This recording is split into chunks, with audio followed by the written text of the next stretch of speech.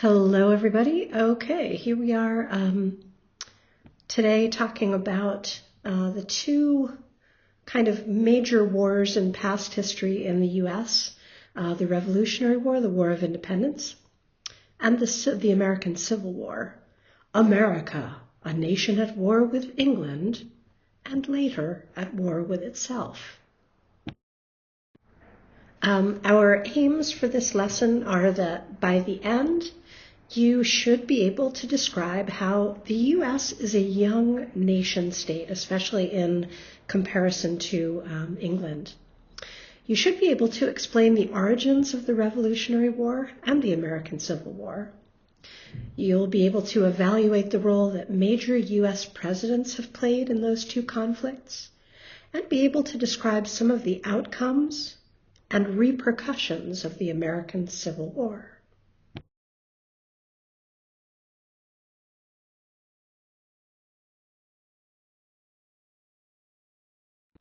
All right. The Revolutionary War, that is the War of Independence, occurred in the late 1700s. Why did the U.S. begin a war with England? Well, initially, they were quite happy to be under English protection, especially because the French owned, colonized parts of Canada and also parts of the western, what was to become the United States, the West. So, being a part of the British Empire meant that they could be kept safe from the French. So why did they wish to become independent from England? Okay, there were a number of reasons, but one of the reasons was that the British had been in a war with France. And after that war, they needed more money. They'd spent a lot of money. And so they began taxing the settlers in the New World in America. People were upset about these taxes because basically they were made to pay taxes on stamps, for example, on tea, and they were not being represented back in Parliament in England. So they were upset about what's called taxation without representation. You shouldn't be paying a tax to a king if you don't get a vote or a say in what goes on in the kingdom. So the taxation caused conflict, and also the colonies up till basically the French and Indian War, basically once the British ended the war with the French, they began to more closely control what was happening in the 13 colonies. Up till that point, though, the settlers had kind of been on their own, and so they didn't appreciate the control that King George was trying to hold over them. Another reason was it was called the Royal Proclamation. This was in 1763. It was issued by King George III in England, and it basically said that U.S. colonists were not to settle west of the Appalachians. That's like Pennsylvania. So they were not meant to go westward. And, this was basically in complete conflict with American interests at the time. The American government, the settlers wanted to move westward, right? We saw that with Manifest Destiny. So basically this this dictum on the part of King George saying you're not to move westward also caused conflict and upset the American people. Okay, so initially it was just the American settlers who were then interested in, going to war with England. France kind of stayed out of it, but did eventually get involved because basically they saw that the American, military forces who were very sort of DIY, they weren't terrifically professional or well organized, but they were starting to gain ground. And George Washington was a military officer who later obviously became the first president. He won his first battle, gained territory, and that's when the French thought, okay, we'll get involved in this conflict. Okay, so part of what differentiates America from England and many European countries is that the Americans said, we're not going to have kings. We will set up a different form of government, a different system, and we're not going to have a monarch or follow any kind of monarchy. So, that was a big change, obviously. So what kind of government did they set up?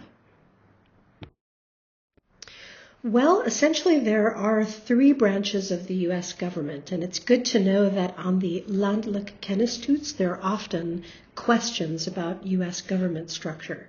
So what we see is that this was very different from the feudal system, very different from a monarchy system of government, that there are three different branches within the government, and those three branches are meant to check and balance each other.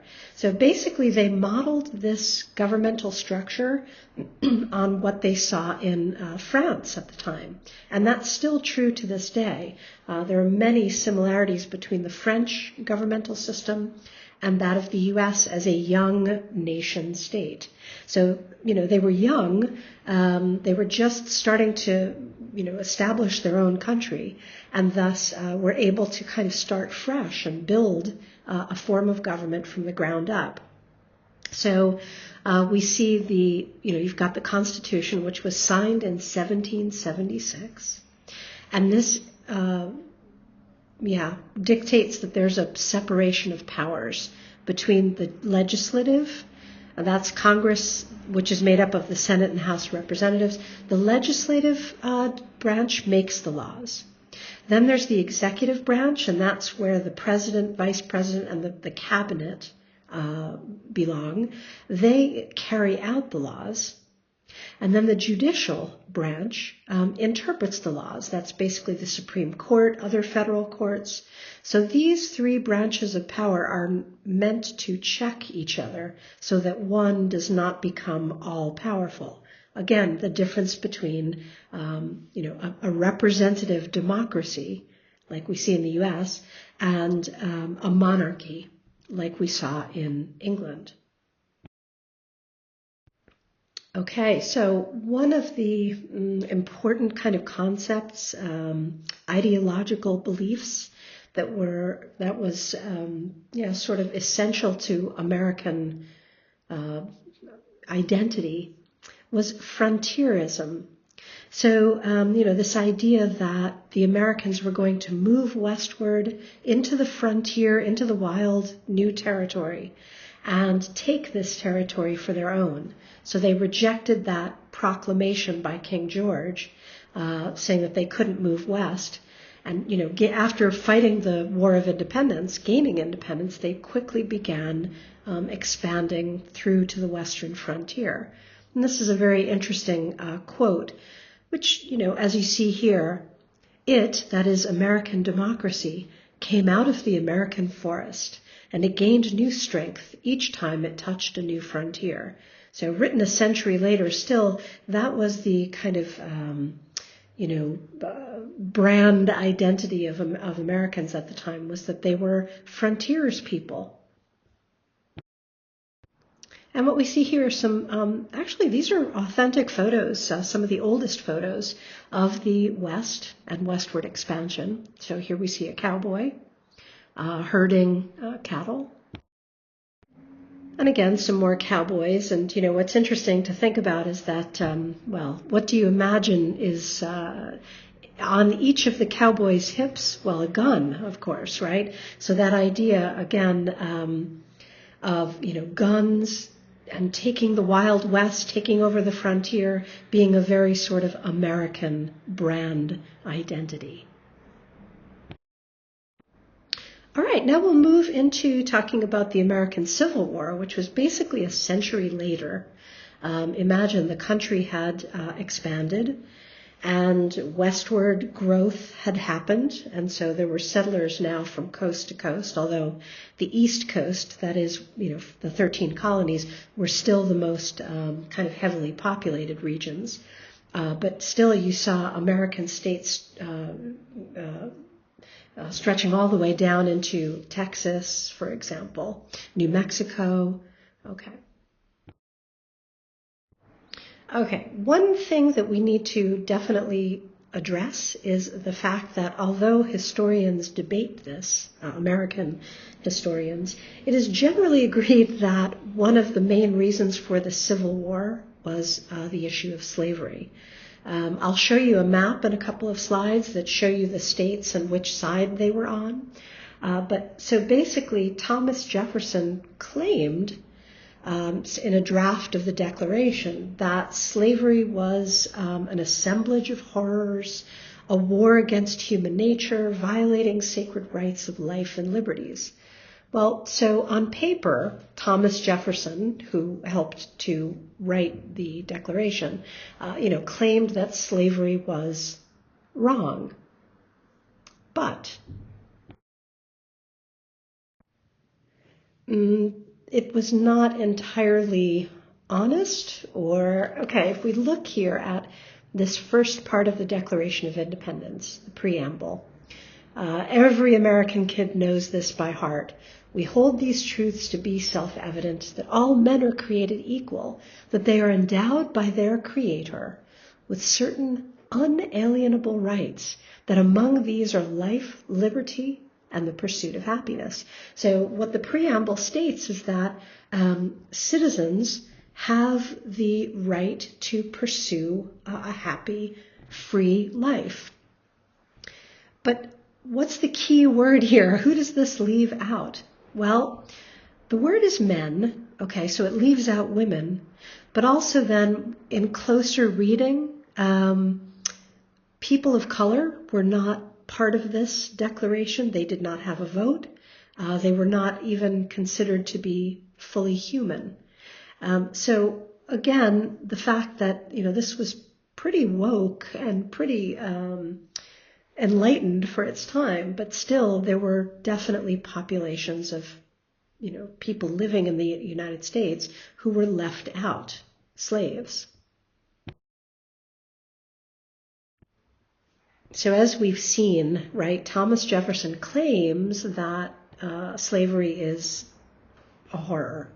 Yet, he also bought and traded as many as 600 slaves over his lifetime. So it's still famous as a tourist destination to this day, is his plantation home in Monticello. And, there was a whole, basically, little community of slave labor that he made use of. So on one hand, he's claiming that slavery is bad, but on the other, he's making money off of it and profiting from it.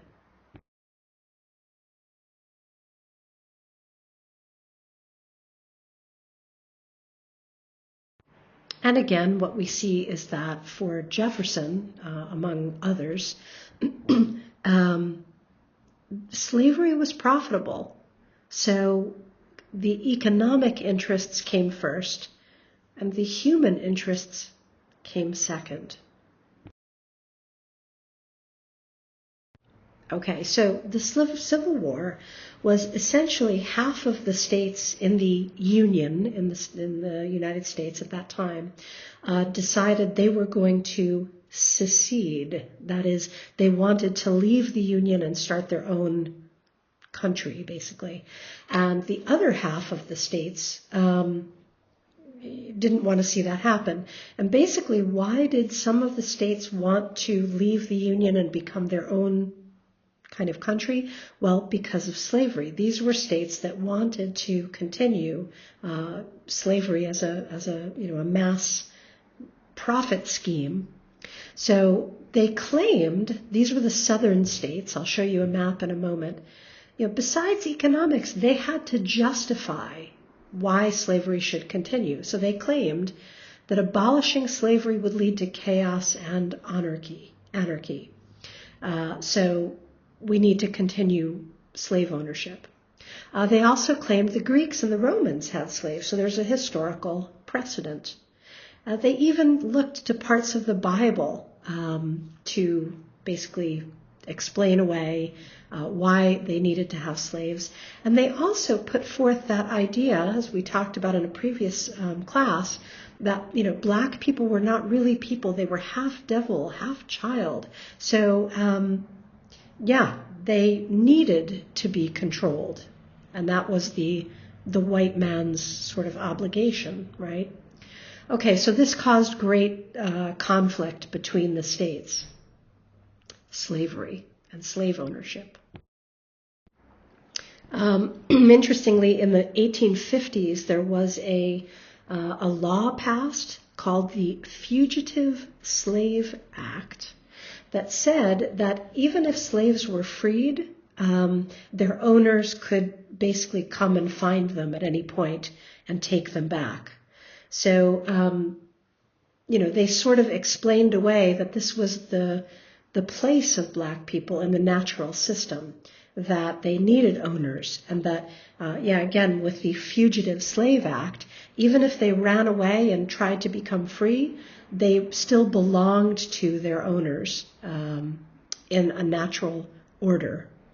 Again, a very, very controversial and conflict, causing ideology. Okay, so at this point, in the mid-1800s, Abraham Lincoln becomes president, and he is much more progressive. He wants to see an end to slavery. So he basically uses the Civil War as the opportunity to make a large change. In 1865, slavery was officially abolished. And then, of course, we know what happened to Lincoln, right? Lincoln was assassinated on his way to the theater with his wife, and this was quite a blow to the country. So much so that American poet Walt Whitman wrote a poem entitled "O Captain, O Captain," about Abraham Lincoln, and the fact that he likens Lincoln to the captain of a ship, where on the deck my captain lies, fallen cold and dead. Basically what he's saying is that the experiment hadn't ended, that Lincoln died and the ship was still at sea, and, America was then without a captain. So which states are we talking about? Well, the Confederacy, that's Texas, Arkansas, Louisiana, Mississippi, Tennessee, Alabama, Georgia, Florida, North and South Carolina, and Virginia were all part of the Confederacy. That meant they wanted to secede and set up their own slave-owning country, essentially. And the Union states were the northern states who fought against the South. So, essentially, within the United States, the North and South states fighting each other. Okay, so if we think about the causes of the Civil War, we also need now to think about the results, the repercussions. What were the consequences of this Civil War? I mean, again, it happened quite a while ago, but although the United States is a young country comparatively. But can you think of any modern day evidence that the Civil War and its causes have not really been resolved? Well, if we think about slavery and the rights of Black Americans having been a cause, then certainly there is modern day evidence that there are still problems in this area, such as, well, here we see the voting divide between red and blue states. There are still, divided factions in terms of how presidents are chosen and who votes for whom. And that definitely follows along racial lines and racial geography in the United States. I mean, although this image is an older one, Certainly, police brutality against Black Americans continues to be quite an issue and quite an unresolved and perhaps exacerbated, that it's getting worse, that this issue is ongoing. And here we see a depiction of George Floyd projected onto a monument in Richmond, Virginia, of a very controversial general, Robert E. Lee, who was a Confederate general in the Civil War and has been basically proven to have been at the hands of many atrocities against blacks back during the Civil War. So for many people, the image of Robert E. Lee is extremely triggering. And many states, many cities have chosen to take these monuments down.